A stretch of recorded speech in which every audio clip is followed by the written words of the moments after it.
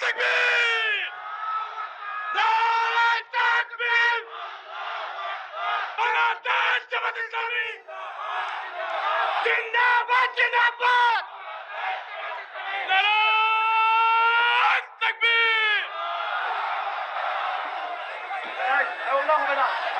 আসসালামু আলাইকুম ওয়া রাহমাতুল্লাহ। প্রিয় নাটোরবাসী, আপনারা কেমন আছেন সবাই? আলহামদুলিল্লাহ, আলহামদুলিল্লাহি রাব্বিল আলামিন, ওয়াসসালাতু ওয়াসসালামু আলা রাসূলিহিল কারীম ওয়া আলা আলিহি ওয়া সাহবিহি ওয়া আহলি বাইতি আজমাইন। আল্লাহ তাআলার অসংখ্য অসংখ্য শুকরিয়া। এই মাঠেই 5 আগস্টের পরে আরেকবার আমার আসা শুরু হয়েছিল গত বছর। আমি আপনাদের সামনে এখানে দাঁড়িয়েছিলাম, কিছু কথা বলার সুযোগ পেয়েছিলাম।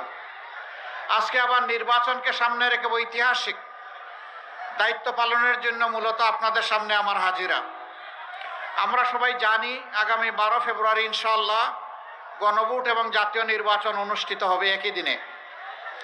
এই নির্বাচনের জন্য আপনারা কি সবাই প্রস্তুত? আল্লাহ, এইরকম বললে প্রস্তুতি হয়। আপনারা প্রস্তুত?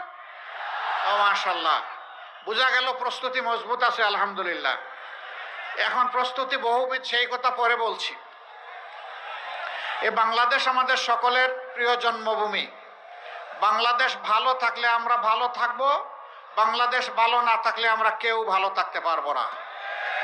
54 বছরে এক এক করে গিয়েছে 3টা দল, তারা পর্যায়ক্রমে দেশ শাসন করেছেন। জনগণ তাদেরকে দেখেছে, তারা কি ধরনের শাসন উপহার দিবেন এটা নতুন করে তাদের আর বলার কোনো দরকার নাই।